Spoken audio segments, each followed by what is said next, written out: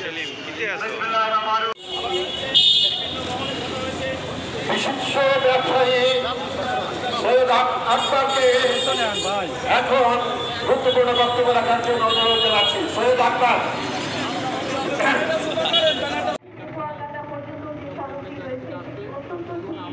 দাবি নিয়ে আজকে এখানে আসছি বরিশাল থেকে ঢাকা থেকে কুয়াকাটা টয়লেট জন্য আমাদের অ্যাডভোকেট এই আন্দোলনের সবসময় পক্ষে সে কাজ করছে এবং এই আন্দোলনের পিছনে তার বহুত আছে।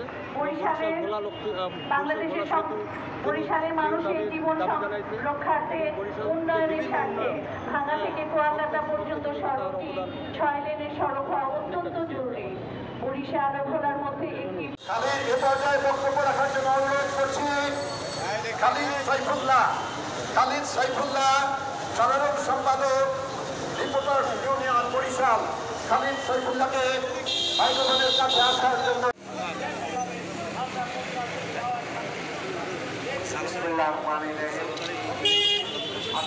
না না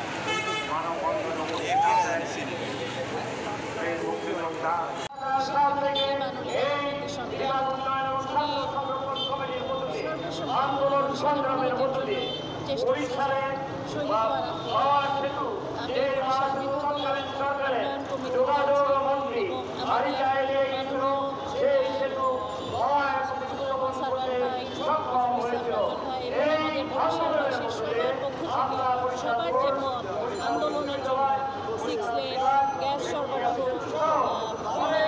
এবং আরো অন্য কিছু সবকিছুর সাথে বরিশালবাসীর সাথে রেল লাইনের জন্য একসাথে আন্দোলনে অংশগ্রহণ করেছি এবং আমি সবার সাথে একত্রিত হয়ে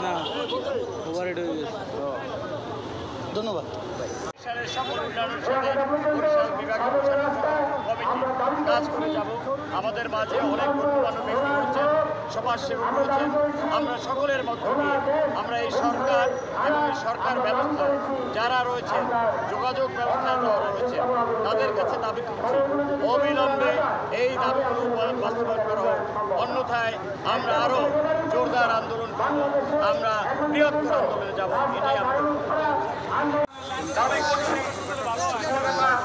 আন্তর্জাতিক মানের পর্যটন হিসেবে গড়ে তোলা বরিশালে বিমানবন্দরকে আপনারা জানেন ইতিমধ্যে বরিশাল লাভজনক বিমানবন্দরকে ইতিমধ্যে এই দাবির সমাপ্তি থেকে আজকে সহ আগামী দিনে বরিশাল বিমানবন্দর পক্ষ থেকে যে সমস্ত প্রোগ্রাম কর্মসূচি হাজির করা হবে সেই কর্মসূচিতে আপনারা সরকার আমাদের বরিশালের ভিতরে যে সরকারিভাবে ভালো একটা উন্নত মানের একটা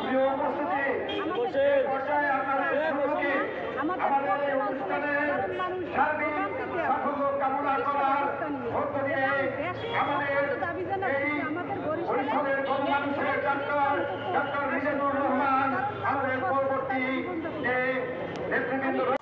আমরা স্থাপন করেছি। এর মধ্যে